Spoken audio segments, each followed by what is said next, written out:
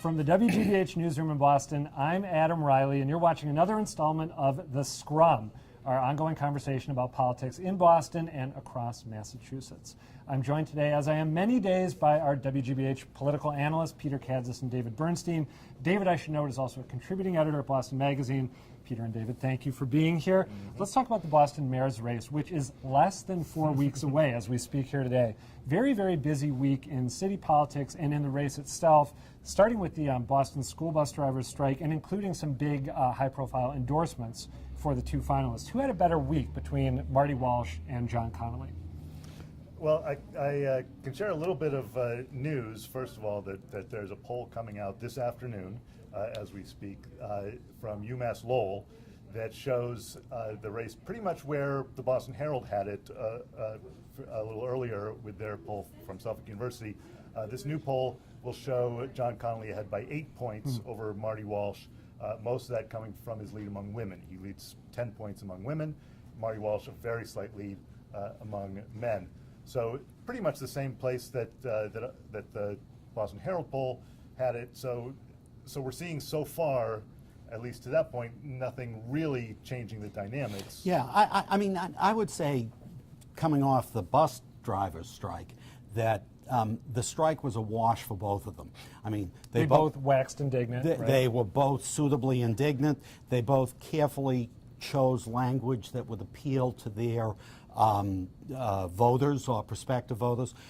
Connolly talked about the unions. Walsh talked about drivers shying away subtly against a slap at the union. And I may well be reading way too much into that. They both had a good week with that.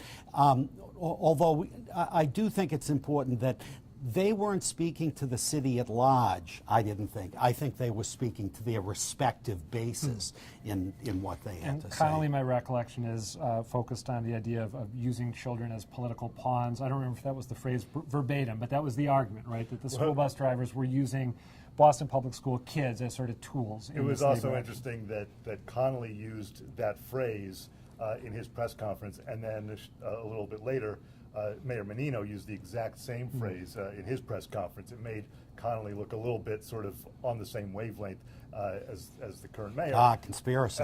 Well, whether it's not a conspiracy. So that's an endorsement, right? Yes. If you take any tea leaf we can read. I think that all this going on is a little bit of an advantage for John Connolly because essentially it's playing on bad turf for Marty Walsh. Marty Walsh, those who are big on labor and want a labor guy and all that sort of thing, they're with him already.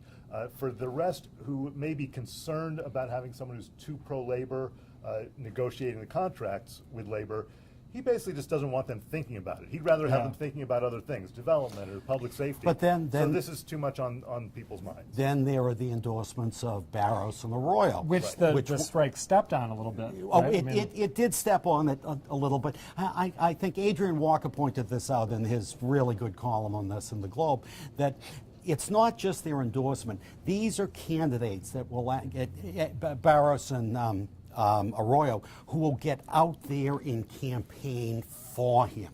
They've got a lot of energy. It's sort of like when Yoon, went in the race with Michael Flaherty. Just to play devil's advocate, that didn't work out too well, right? I mean, and Arroyo and Barros, they impressed at times in the campaign, but their final vote tallies weren't that terrific. And I have a hard time imagining, maybe I'm wrong, I have a hard time imagining that a majority of their diehard supporters will transfer that allegiance now to Marty Walsh. But maybe I'm wrong. Well, I think that you're right. But the reason I think they're important, and especially Felix Arroyo's, individual endorsements in this kind of high-profile race are not going to be game changers. People are not going to look at because there are going to be people that people admire on both sides endorsing both candidates. But what can happen is that someone who has real credibility among a sort of difficult piece of the electorate, like Felix Arroyo does, with progressives, with minorities, they're going to give Marty Walsh a second look. People who might have otherwise said, oh, he's just a white Irish labor guy, the credibility of Felix Arroyo will cause them to give him a closer look and say maybe there's something more to it. But then there's the quieter endorsements from the North End and East Boston. So you've got Aaron Michaelwitz, the state Yes. rep, right? And help me out here so I don't Senator forget people. Petroselli. And right. Sal Lamatino. And Sal Lamatino, the city council. Now, For John Connolly. Now, do those those- are, yeah, I think they matter in a different way. They're smaller. They're more neighborhood. The other endorsements were more sprawling. But those are all local officials who have real credibility within their grassroots. And I think, again, I know we have to wrap up, but I think that it gets back to what I'm saying of people have credibility within whatever group it is, whether it's a geographic group, a demographic, on a particular issue.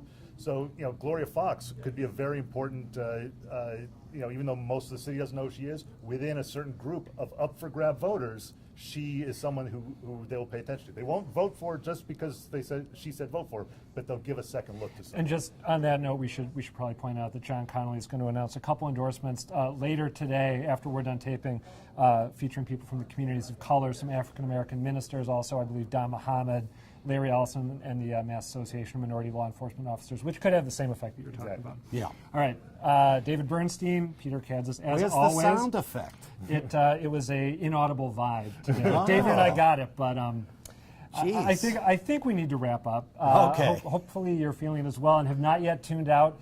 I'm Adam Reilly from WGBH. Thank you as always for watching the Scrum. We'll see you again soon.